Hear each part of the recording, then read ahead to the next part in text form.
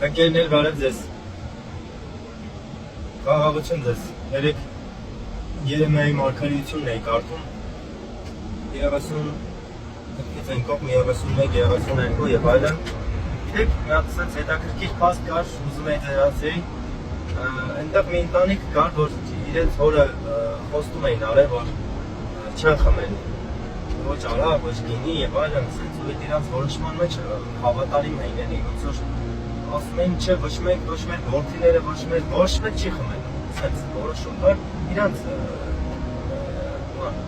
ֆիզիկապես ծնողը ասել է չխմեք, իրանք էլ լսել են, ասում էին օքեյ, որ դու ասել ես չենք խմում, sense գիտեք ինչ էի երեք կարդում, որ Աստված նայեց այդ ընտանիքին, ասեց այդ ընտանիքից պարտադիր մեկը լինելու է, որ իմ առաջ կանգնի։ Գիտես, որովհետև Աստված ասում է, որովհետև նրանք լսեցին իրենց հոր ձայնին։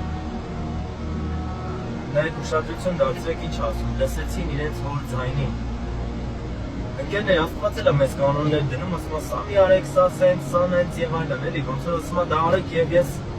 ես եմ ասում ամենակարող Աստված, որ ձեր մեջքին կանգնելու եմ ամեն դժվարության հարցում, ամեն ինչում, ձեր կողքին եմ լինում։ Հիմա գիտեք, խնդիրը հետևյալն է, որ մենք Աստծո օրենքները գիտենք, եթե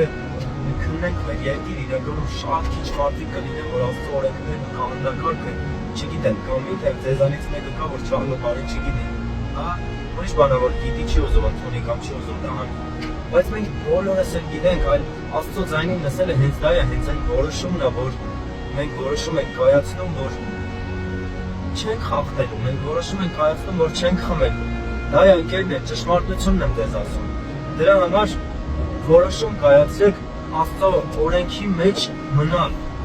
Մենք բոլորս գիտենք, տարբերվեք այս աշխարհից նրանով, որ դուք Աստծո խոսքը ունեք ու նրան լսում եք, ձեր հոր ձայնին լսում եք։ Դա է լսելու հենց խնդիրը տեղից է գալիս։ Դա է ուզում ասել ընկերներ, որ ձեր որոշման մեջ հաստատուն եղեք, եթե որոշում եք կայացրել, որ չխմեք, մի խմեք։ Եթե որոշում եք կայացրել, որ սուտ չպետք է խոսակ, մի սուտ խոսացեք։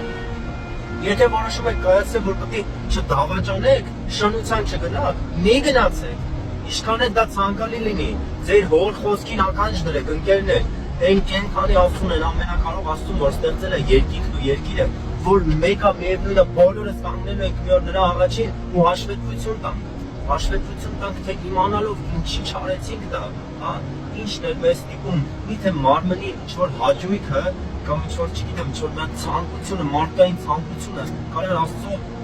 սահմանած օրենքից վեր լիներ։ Գիտեք, երկրային օրենքները, որ խախտում ենք, մի կողմ կարում ենք շրջացենք, ծածկում ենք, թաքցնում ենք, չգիտեմ, այնտեղ սխցնում ենք, անցնում է,